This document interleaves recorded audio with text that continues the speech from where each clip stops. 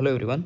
आज फिर से हम लोग एलएन का 2025 का स्कोर एडवांस्ड का शीट डिस्कस करने जा रहे हैं और आज का टॉपिक है कॉनिक सेक्शन का फर्स्ट शीट आज डिस्कस करेंगे। तो चलिए शुरू करते हैं। फर्स्ट क्वेश्चन कह रहा है एक एलिप्स है और एक हाइपरबोला है, कॉन फोकल मतलब सेम फोकस है दोनों का। ये कंडीशन दे रखी है और बताया जा रहा है कि दोनों के जो फोकाई है वो S1 और S2 पे हैं, तो P be the point of their intersection. P पे दोनों इंटरसेक्ट करेंगे। S1P और S2P are the roots of the quadratic equation बताना है। तो एक क्वाड्रेटिक इक्वेशन लिखना है जिसके रूट्स हैं S1P और S2P। तो या तो हमें इंडिविजुअली दोनों की वैल्यू मिल जाए या सम ऑफ रूट्स मिल जाए, प्रोडक्ट ऑफ रूट्स मिल जाए, तो मैं क्वाड्रेटिक लिख सकता हूँ। तो सबसे पहले क्या करते हैं कि फोकस तो सेम ही है दोनों का, है ना। S1 और S2 इसके भी फोकस हैं और इसके भी फोकस हैं। तो S1P P क्या है? पॉइंट ऑफ इंटरसेक्शन है। तो जो पॉइंट ऑफ इंटरसेक्शन का मतलब जो P पॉइंट है वो कॉमन पॉइंट है, वो इलिप्स पे भी है, हाइपरबोला पे भी है। तो अब आप अगर पहले वाला जो इलिप्स उठाओ, इस पे आपको प्रॉपर्टी पता है कि PS1 प्लस PS2, क्योंकि वो पॉइंट इलिप्स पे भी है। S1 S2 इसके फोकाई हैं, तो मैं प्रॉपर्टी तो लगा सकता हूँ। Sum of the distances from the foci हो जाएगा 2a। a यहाँ पर स्मॉल a है।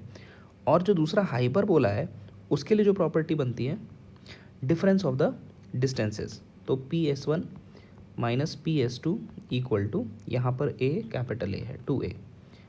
तो अगर इन दोनों को मैं ऐड करूँ, एडिंग देम हमें PS1 मिल जाएगा और वो a प्लस a आ रहा है। और अगर इन को सब्ट्रैक्ट कर दूँ तो PS2 मिल जाएगा और वो आएगा आपका a माइनस a। तो मुझे इंडिविजुअली दोनों मिल गया, तो हम आराम से क्वाड्रेटिक लिख सकते हैं।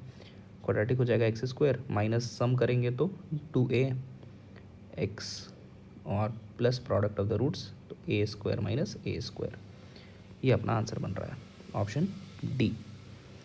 चलिए दूसरे क्वेश्चन पर आते हैं।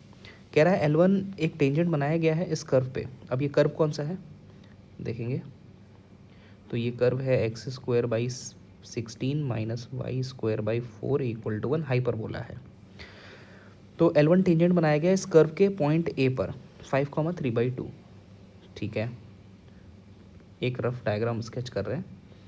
तो ये एक हॉरिजॉन्टल अपना हाइपरबोला है, ट्रांसवर्स हाइपरबोला है। कुछ इस प्रकार से बना लेता हूँ। अब इस पे कोई पॉइंट A है जो कि दोनों पॉजिटिव है, मतलब फर्स्ट क्वाड्रेंट में होगा 5,3/2। कह रहा है L1 is a tangent. L1 एक टेंजेंट बनाया गया है इस पे, बना लेते भाई। ये अपना लाइन L1 है, L1। कह रहा है L2 is another tangent parallel to L1 which meets the curve at B। इसके ही पैरेलल जो दूसरा टेंजेंट बनेगा वो इसी ब्रांच पे तो पॉसिबल नहीं है, वो दूसरे वाले ब्रांच पे होगा। तो दूसरे वाले ब्रांच पे एक टेंजेंट बनाया गया, लाइन L2 है और इसका पॉइंट ऑफ कॉन्टैक्ट B बताया गया है, B। अब ये बताओ कि जो आपका हाइपरबोला है वो तो x और वाई एक्सिस दोनों के ही क्या है, सिमेट्रिक है। तो जो दूसरा पॉइंट ऑफ कांटेक्ट B होगा वो कैसे निकलेगा? वो निकालने के लिए आप इस पॉइंट A का अगर मिरर इमेज ले लो about this line y axis, तो आप यहाँ पहुँचोगे, है ना, सेकंड क्वाड्रेंट में। और फर्दर उसका मिरर इमेज ले लोगे अबाउट x एक्सिस, तो ये B पर आप आ जाओगे। ओके, तो एक काम करते हैं कि मिरर इमेज A का अगर लेंगे अबाउट y एक्सिस तो यहाँ पहुँचेंगे और ये आपका हो जाएगा -5,3/2। और फर्दर इसका मिरर इमेज लोगे तो B पर आ जाओगे, तो B का कोऑर्डिनेट आ जाएगा -5, -3/2। तो B पॉइंट मिल गया है। चलो आगे बढ़ते हैं। अब कह रहा है L3 L4 नॉर्मल हैं to the curve at A and B। अच्छा, A और B पे अब नॉर्मल भी बनाना है, तो नॉर्मल बना लिया perpendicular to the line 1 and perpendicular to line 2। ठीक है, ये आपका L3 है और ये L4 है। ठीक, आगे बोल रहा है L1 L2 L3 L4 form a rectangle. दिख रहा है भाई, रेक्टेंगल बन गया है। Then which of the following is correct? Equation of tangent at B है, तो काफ़ी आसान है। जब B पॉइंट मिल गया है तो टेंजेंट का इक्वेशन लिखना तो बड़ा आसान है। पॉइंट फॉर्म यूज़ कर लेते हैं, x(1), तो ये हो जाएगा -5x/16 और minus minus plus y(1), so 3/2 y/4 and -1 equal to 0। ये किसका इक्वेशन है? ये ए पार्ट सॉल्व कर रहे हैं हम लोग, equation of tangent at the point B. तो सिंप्लीफाई करते हैं, देखते क्या मिल रहा है। तो सिंप्लीफाई करने से बन रहा है 5x और माइनस में 3y, वो आपका 16, 8 टू द, तो ये 6 हो जाएगा। 5x माइनस 6y और ये आपका +6 इक्वल टू 0 है ना। 5x minus 6y +6 equal to 0 आ रहा है, तो ऑप्शन ए तो गलत हो गया है ना। 6 या 16, 5x 16 होना चाहिए, तो 8 टू द 16, तो 16 हो जाएगा। तो ऑप्शन ए फिर भी गलत ही है। ऑप्शन बी कह रहा है equation of normal at B, तो बी पे नॉर्मल बना लेते हैं। बी पे नॉर्मल मतलब ये जो टेंजेंट लिखा है इसी के perpendicular line passing through B, तो परपेंडिकुलर लाइन हो जाएगा 6x plus 5y plus k equal to 0, और पासिंग पॉइंट तो बी वाला ही है, का मतलब है 5 माइनस 3/2 इसमें पासिंग पॉइंट हो जाएगा, तो -30 and -15/2 plus k equal to 0। तो k की वैल्यू आ जा रही है 30 टू द 60, 75/2। तो equation 6x plus 5y plus 75/2, तो ये भी गलती है। तीसरे पर आते हैं, radius of largest circle inscribed in the rectangle. ये रेक्टेंगल के अंदर बनने वाला रेडियस ऑफ लार्जेस्ट सर्कल चाहिए। तो जो लार्जेस्ट सर्कल पॉसिबल होगा है ना, वो कुछ इस प्रकार का होगा, मतलब इसका जो डायमीटर होगा वो distance between the two parallel lines हो जाएगा, टू पैरेलल टेंजेंट्स हो जाएंगे। तो यहाँ पे distance between the two parallel tangents अपने को देखना है, निकालते हैं। तो एक काम करते हैं कि ये बी वाले पे टेंजेंट तो हमने लिखा ही था, ये था टेंजेंट, बस इसी का डिस्टेंस निकाल लेते हैं पॉइंट ए से, तो अपने को ये लेंथ आ जाएगा, डायमीटर आ जाएगा। तो हम लोग सी वाला सॉल्व कर रहे हैं और डायमीटर के लिए सॉल्व कर रहे हैं। So diameter is 25 minus 9 plus 16 divided by √25 plus 36, ये बन रहा है। तो ये आपका आ रहा है 25 माइनस 9, 16, 16 32 डिवाइडेड बाई 25 और 36 आपका आ जाता है रूट में 61। तो ये डायमीटर है, तो रेडियस हो जाएगा आधा इसका, तो 16/√61। इन्होंने बोला है 32/6, नहीं वो तो डायमीटर है, ये भी गलत हो गया।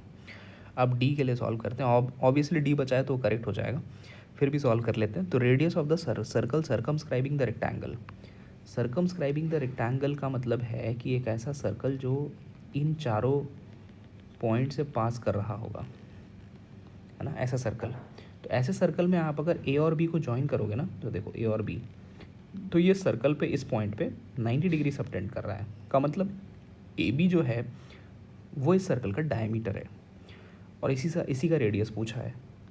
तो पहले डायमीटर निकाल लेते हैं। तो सर्कमस्क्राइबिंग सर्कल वाले का डायमीटर जो होगा वो ए बी का डिस्टेंस होगा, है ना। वो डिस्टेंस कितना है? 5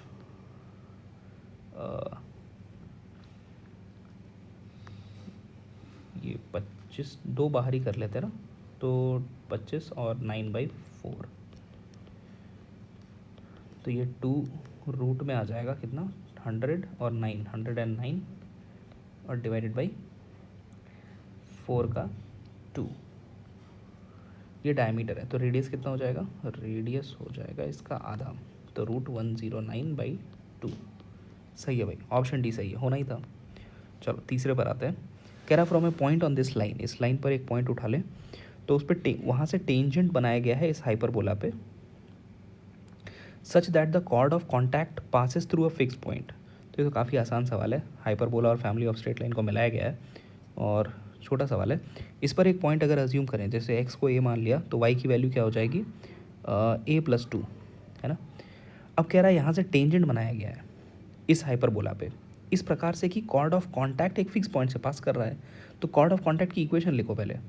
कॉर्ड ऑफ कॉन्टैक्ट की equation T equal to zero है इस पॉइंट से, तो कॉर्ड ऑफ कॉन्टैक्ट होता है x x one t equal to zero, तो a x by six minus a plus two y by two minus one equal to zero, ये chord of contact है।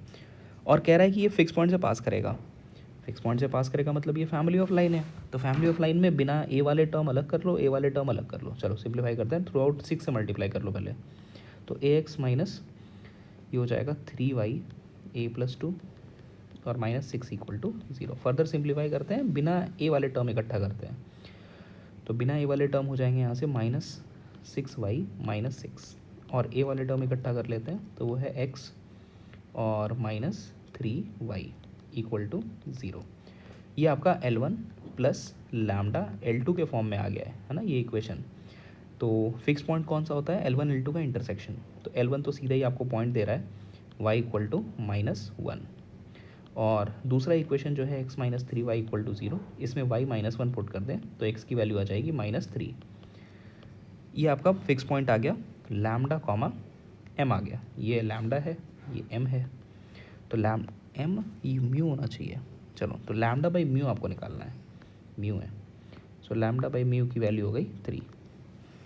चलिए अगले पर आते हैं। अगले कह रहे हैं the point of contact Q and R of tangents from this point to the parabola. अच्छा कह रहा है कि एक पैराबोला है y square equal to four x और एक पॉइंट है टू कॉमा थ्री,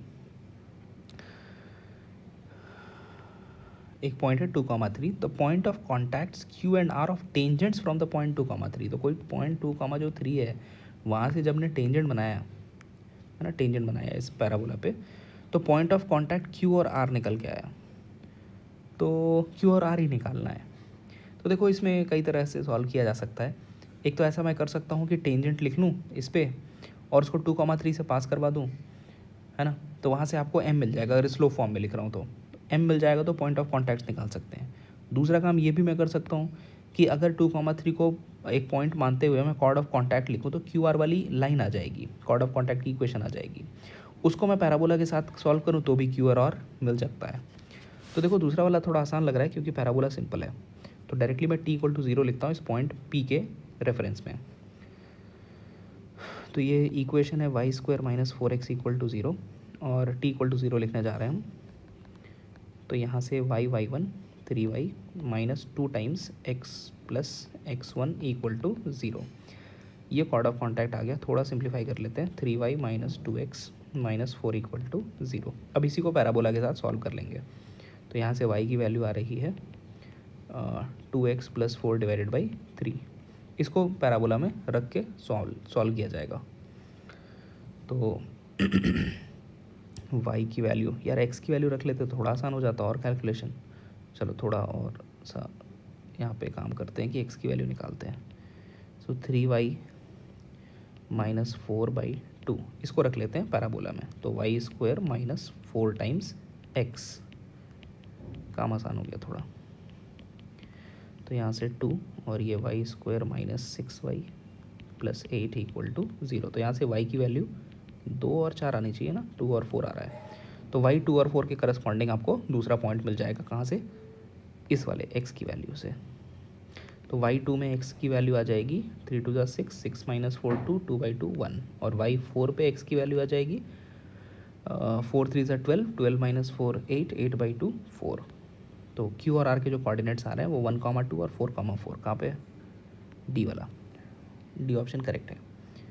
चलिए पाँचवें पर आते हैं। फिफ्थ में कह रहा है कि if this is a point represents the feet of normals to the parabola from this point, तो sigma one by m i पूछा है।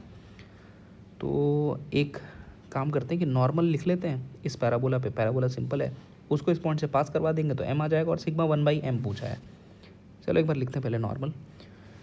तो नॉर्मल की इक्वेशन इस पे हो जाती है y equal to m x minus two a m, और यहाँ पे ए की वैल्यू कितनी है भाई, थ्री है, तो minus two a m minus a m cube, minus a m cube, और ये वन कॉमा टू से पास करेगा, पास करवा दो, तो two equal to m minus six m minus three m cube.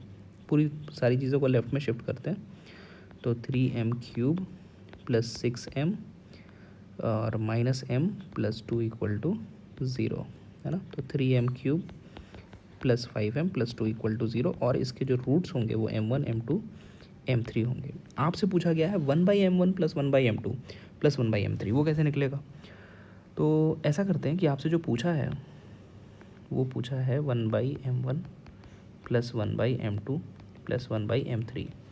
इसमें एलसीएम ले लो आप, तो ये m1 m2 m3 हो गया और यहाँ पे आ जाएगा m2 m3 + m1 m3 + m1 m2। तो न्यूमरेटर में 2 एट ए टाइम है, डिनोमिनेटर में 3 एट ए टाइम है। तो 2 एट ए टाइम कैसे निकलेगा भाई? यहाँ पे ये तो क्यूब था, हाँ। अब 2 एट ए टाइम, अगर यहाँ पे sum of roots 2 at a time लेना होगा तो ये क्यूबिक है तो माइनस प्लस, तो 5/3 दिख रहा है, 5/3। और ये product of roots 3 at a time कर रहा है तो -2/3 है, -2/3, तो ये आ गया -5/2, मतलब फर्स्ट ऑप्शन करेक्ट हो गया। चलिए 6th पर आते हैं। कह रहा है common tangent of the 2 parabola. बिल्कुल बेसिक क्वेश्चन। यहाँ पर जो पैराबोला है वो x² = y है, तो अगर आपको इसका टेंजेंट का इक्वेशन याद है स्टैंडर्ड फॉर्म वाला, तो वो डायरेक्ट यूज़ कर लेते हैं। तो x² = y का क्या होता है भाई? y = mx - am², है ना, ये होता था शायद। x² = y का नॉर्म टेंजेंट हो जाएगा y = mx माइनस, इसका a का वैल्यू कितना है भाई? a तो 1/4 है, तो माइनस am², सो am²/4 हो गया। और दूसरे वाले पे देखो, आगे बढ़ने के, अब आगे चल के सॉल्व करने के 2 रास्ते हैं। या तो मैं ऐसा करूं कि ये y की वैल्यू जो मैंने लिखी है टेंजेंट, इसको मैं ये दूसरे इक्वेशन में पुट कर दूं, तो पूरी तरह से ये x का क्वाड्रेटिक बन जाएगा। और चूंकि ये लाइन टेंजेंट है दूसरे पे भी, तो उसका डिस्क्रिमिनेंट d0 करके सॉल्व कर लूँगा, तो m की वैल्यू मिल जाएगी और फिर m को रखने से यहाँ पे टेंजेंट का इक्वेशन आ जाएगा। पहला रास्ता। दूसरा रास्ता कि अब मैं दूसरे पे भी टेंजेंट की इक्वेशन लिखूँ, तो दूसरा वाला जो पैराबोला मुझे वो आसान ही दिख रहा है, दिखाता हूँ आपको कैसे। तो y = x² - 2x + 1 + 1 कर लेता हूँ, तो ये x - 1 होल स्क्वायर हो जाएगा, है ना। तो ये भी उसी टाइप का पैराबोला है। तो मैं टेंजेंट की दूसरा मेथड 2 से सॉल्व कर रहा हूँ, है ना। तो यहाँ पे जो टेंजेंट की इक्वेशन है वो y - 1 = m x - 1 और माइनस a यहाँ पे भी 1/4 है, m²। अब ये दोनों टेंजेंट को मैं सॉल्व कर लूँ, तो सॉल्व करने के लिए यहाँ पे y = मैं mx लिखता हूँ और बच जाएगा अपने पास प्लस में 1 माइनस में m माइनस में m²/4। अब मैं ये फर्स्ट और सेकंड दोनों को कंपेयर करूँ, तो ये जो कांस्टेंट है यहाँ पे और जो कांस्टेंट है यहाँ पे, ये दोनों को मुझे इक्वेट करना पड़ेगा। कर लेते हैं इक्वेट। तो -m²/4 = 1 minus m minus m²/4। तो यहाँ से ये m है, तो m की वैल्यू आ गई 1। अब m 1 आ गया तो आप किसी भी इक्वेशन में पुट कर दो, पहले मैं पुट कर देता हूँ, तो y = x - 1/4, ये आंसर आ जाएगा।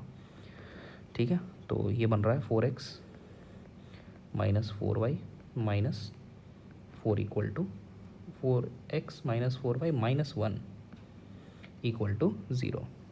सी ऑप्शन आपका करेक्ट हो गया। चलिए 7th पर आते हैं। 7वां कह रहा है the locus of point of intersection of perpendicular tangents to this parabola. यार ये तो डायरेक्ट क्वेश्चन है। Locus of point of intersection of perpendicular tangent क्या होता है? ये होता है directrix in case of parabola. तो अब ये पैराबोला को स्टैंडर्ड फॉर्म में लिख के डायरेक्ट्रिक्स निकालना है, यही काम रह गया है। चलो फिर इसको स्टैंडर्ड फॉर्म में बदल देते हैं। तो ये है x² - 8x, तो 2ab, b4 है आपका, तो 4² आपको चाहिए होगा 16। तो बाकी चीज़ों को लेफ़्ट में ले चलते हैं, राइट में ले चलते हैं, तो -2y -2 और +16 इधर भी कर लेते हैं। ठीक है, तो ये बन गया x - 4 का होल स्क्वायर, और यहाँ से आपको -2 को कॉमन लेना पड़ेगा। तो -2 कॉमन लेने के बाद यहाँ तो y आ गया, और ये 16 - 2 14, 14 मतलब 7 आ जाएगा माइनस का। ये पैराबोला है। ठीक है, तो इसके वर्टेक्स हैं 4, 7। आपने को लिखना है डायरेक्ट्रिक्स। 4a की वैल्यू यहाँ पे -2 है, तो ये एक अपने आप में कैसा पैराबोला है? 4, 7 ओपनिंग डाउनवर्ड पैराबोला, इस प्रकार का कुछ होगा। और डायरेक्ट्रिक्स कहाँ आएगा? डायरेक्ट्रिक्स इसका आएगा इस प्रकार का। तो ए की 4a की वैल्यू 2 है, पॉजिटिव लेके चलता हूँ जैसे ए का वैल्यू, तो ए आपके पास 1/2 है, तो यहाँ से 1/2 आप ऊपर आ जाओगे तो आपको मिल जाएगा डायरेक्ट्रिक्स का इक्वेशन। तो y इक्वल टू 7 माइनस 1/2, तो ऊपर चलना है, प्लस कर लेते हैं, तो 15/2। सो y इक्वल टू 15/2 आ जा रहा है पहला ऑप्शन। Simple question. अगला वाला देखते हैं, कह रहा है equation to the locus of the mid point, locus चाहिए मिड पॉइंट का, of the line segment joining focus of this parabola. तो फोकस कितना है भाई, 2,0 है, to a moving point on the given parabola. Moving point आप parametric form point ले लो, तो ए की वैल्यू 2 है, तो इसका 80 स्क्वायर 2t² 280 4t बन जाएगा। अब कह रहा है मिड पॉइंट चाहिए इन दोनों का और उसी का लोकस बताना है, तो h के इक्वल होगा इन दोनों के मिड पॉइंट के। तो ये हो गया t² + 1 2t। तो y कोऑर्डिनेट को मैं इक्वेट करूँ यहाँ से, तो t की वैल्यू मिल जाएगी k/2, और x कोऑर्डिनेट इक्वेट करूँ तो h है t² + 1। ये t की वैल्यू यहाँ पे रख लोगे, तो k² / 4 + 1, ये आपका आंसर है। h के को x y से रिप्लेस कर देते हैं, तो x इक्वल टू y² / 4 + 1। तो इक्वेशन आ रहा है y² इक्वल टू 4x - 4, मतलब ऑप्शन कौन सा ऑप्शन है भाई, ऑप्शन बन रहा है बी वाला, सही है। चलिए 9 पर आते हैं। क्वेश्चन 9 कह रहा है इफ़ द लाइंस, ये दोनों दो लाइंस हैं, कह रहे हैं ये दोनों टेंजेंट्स हैं at the extremities of latus rectum of an ellipse whose centre is at origin. तो लेंथ ऑफ लेटस रेक्टम पूछा है, बड़े सवाल भाई देखेंगे। इसमें आपसे क्या कह रहा है कि एक इलिप्स है जिसका सेंटर तो ओरिजिन है। थोड़ा सा रफ डायग्राम बनाते हैं और समझने की कोशिश करते हैं।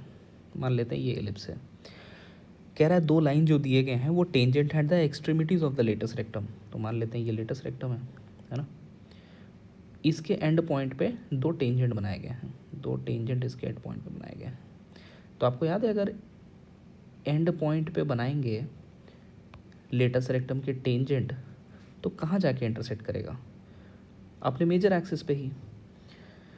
तो ये यहाँ पे इंटरसेक्ट कर गया है, और इसमें एक और प्रॉपर्टी इन्वॉल्व है, जहाँ पे ये इंटरसेक्ट करेगा एक्सिस पे, मेजर एक्सिस पे, वो पॉइंट डायरेक्ट्रिक्स पे भी लाई करेगा। तो ये एक्चुअली डायरेक्ट्रिक्स है यहाँ पे इस एलिप्स का। अच्छा, तो ये लाइन की इक्वेशन दोनों आपको लाइन की इक्वेशन दे रखी है, 3x + 5y और 3x - 5y, है ना। अब आपसे पूछा ये है कि लेंथ ऑफ लेटस रेक्टम बताओ। तो एक काम करता हूँ ना, जैसे ये लाइन था और इस लाइन का स्लोप अगर आप देखोगे तो कितना दिख रहा है, -3/5 दिख रहा है ना। ये लाइन की इक्वेशन थी 3x + 5y = 20, तो स्लोप है -3/5। और दूसरा काम कि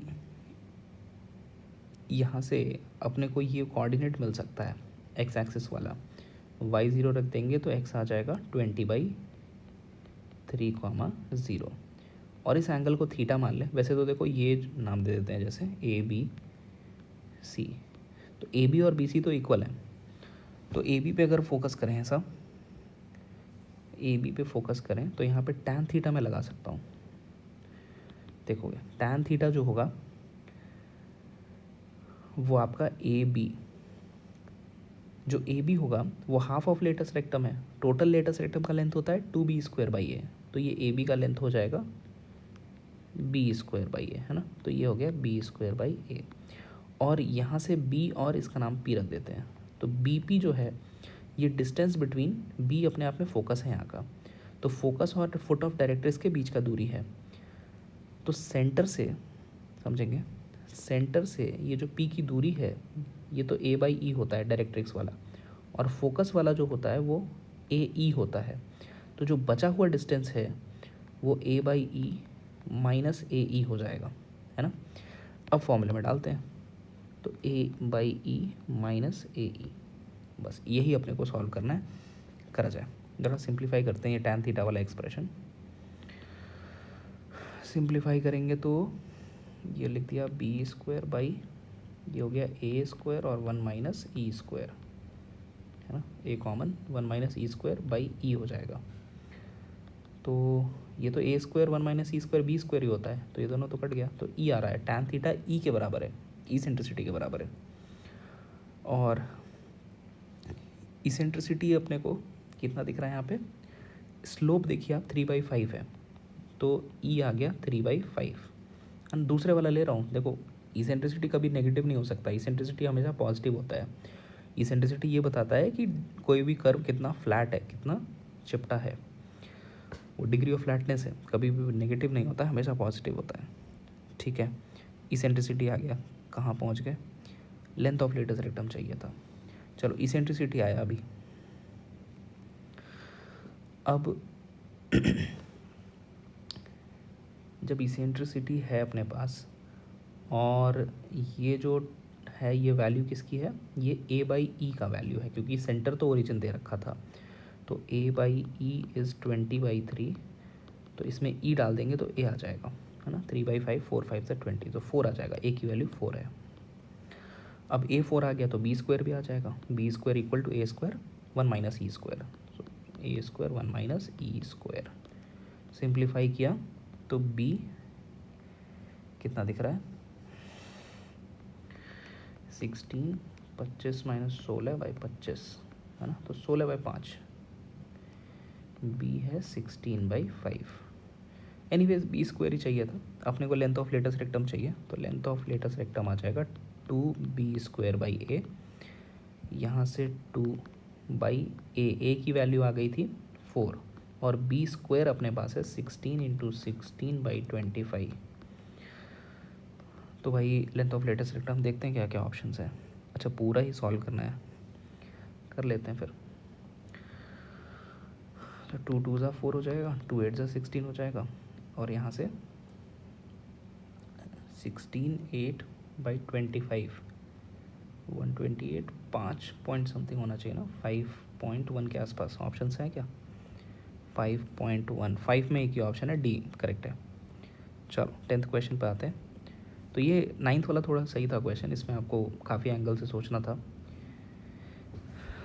10th पर आते हैं, कह रहा है if the ellipse is inscribed in a square of side length 5√2, तो एरिया ऑफ इलिप्स बताना है। ये भी बढ़िया है, समझेंगे इस बात को। यहाँ पे कह रहा है कि एक इलिप्स दे रखा है, इसमें आपको बी स्क्वायर गायब किया हुआ है ना, बी नहीं पता है, और इलिप्स इंस्क्राइब्ड है स्क्वायर के अंदर। चलिए देखते हैं, एक स्क्वायर है उसमें इलिप्स इंस्क्राइब्ड है। अब यहाँ पे आपको length of side of square दे रखा है 5√2 है, तो ये तो 5√2 है ना साइड लेंथ, और बोला है इलिप्स इसके अंदर। अब देखो इलिप्स कैसे बनाएं आप समझिएगा, ये देखिए 16 है, और अगर आप इलिप्स बनाते हो इस प्रकार से, ए स्क्वायर 16 का मतलब है कि ये 4,0 सेंटर 0 0 मान लो तो, और ये -4, तो आपको लेंथ ऑफ मेजर एक्सिस अगर वो बड़ा वैल्यू है तो 8 मिल रहा है ना, 8। अगर मैं इलिप्स इस प्रकार से बनाऊं तो ये वैल्यू तो आपकी 5√2 मतलब 8 से तो छोटा है ना, 5 × 1.4 7, तो 8 से छोटा है, तो इलिप्स इस प्रकार का तो नहीं है। ठीक है, तो कैसा है भाई इलिप्स, तो इलिप्स कुछ इस प्रकार का है, यहाँ पे इसमें अंदर इंस्क्राइब किया गया है ना, कुछ ये है आपका इलिप्स, ये रहा इलिप्स। अब बोला ये क्या है कि जो इलिप्स है x²/16 + y²/b² = 1, वो इंस्क्राइब्ड है इस स्क्वायर में जिसका साइड लेंथ है 5√2। एरिया ऑफ इलिप्स निकालना है। अब अगर आप ध्यान से देखो, चूँकि ये स्क्वायर है तो एंगल तो 90 है, और ये इस इलिप्स को टच कर रहा है, और फिर यही बात यहाँ पे भी रिपीट होती है कि 90 डिग्री एक ऐसा पॉइंट आउटसाइड द इलिप्स जहाँ से टेंजेंट्स बनाए गए हैं और टेंजेंट्स 90 डिग्री पे इंटरसेक्ट कर रहे हैं, तो पॉइंट कहाँ पे लाई कर रहे होंगे, वो डायरेक्टर सर्कल पे होंगे। ये तो डेफिनेशन है डायरेक्टर सर्कल का। तो ये जो पॉइंट है, नाम दे देता हूँ ABCD, तो ABCD जो पॉइंट्स हैं ये सभी डायरेक्टर सर्कल पे लाई कर रहे हैं, है ना, तो ABCD lies on director circle.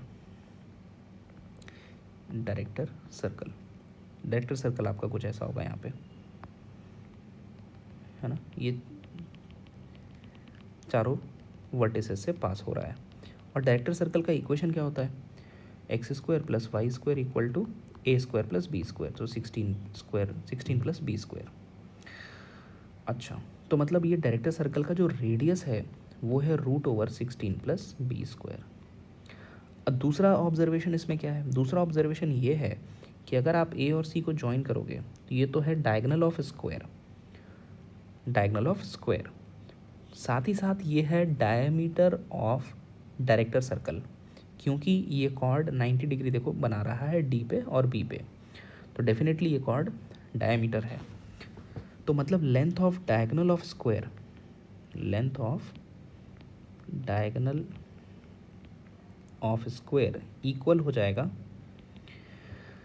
Diameter of director circle, diameter of director circle. तो ये हो गया √100 और डायमीटर है 2√16 प्लस बी स्क्वायर। चलो स्क्वेयरिंग कर लेते हैं दोनों तरफ, तो ये हो जाएगा 100 और उधर से 4 और ये 16 प्लस बी स्क्वायर, तो 25 माइनस 16 9, तो बी स्क्वायर आ गया है 9, तो बी प्लस माइनस 3 बोल सकते हैं। और कह रहा था एरिया ऑफ एलिप्स, तो एरिया ऑफ एलिप्स तो आपको पता है पाई ए भी होता है, ए अपने को पहले से ही पता था 4 है और अब भी आ गया 3, तो 12 पाई आपका एरिया आ जाएगा, मतलब कि ऑप्शन डी। ठीक है भाई, तो इसके आगे और भी क्वेश्चंस हैं वो हम लोग आगे कंटिन्यू करेंगे अगले वाले वीडियो में। अभी के लिए इतना ही रखते हैं।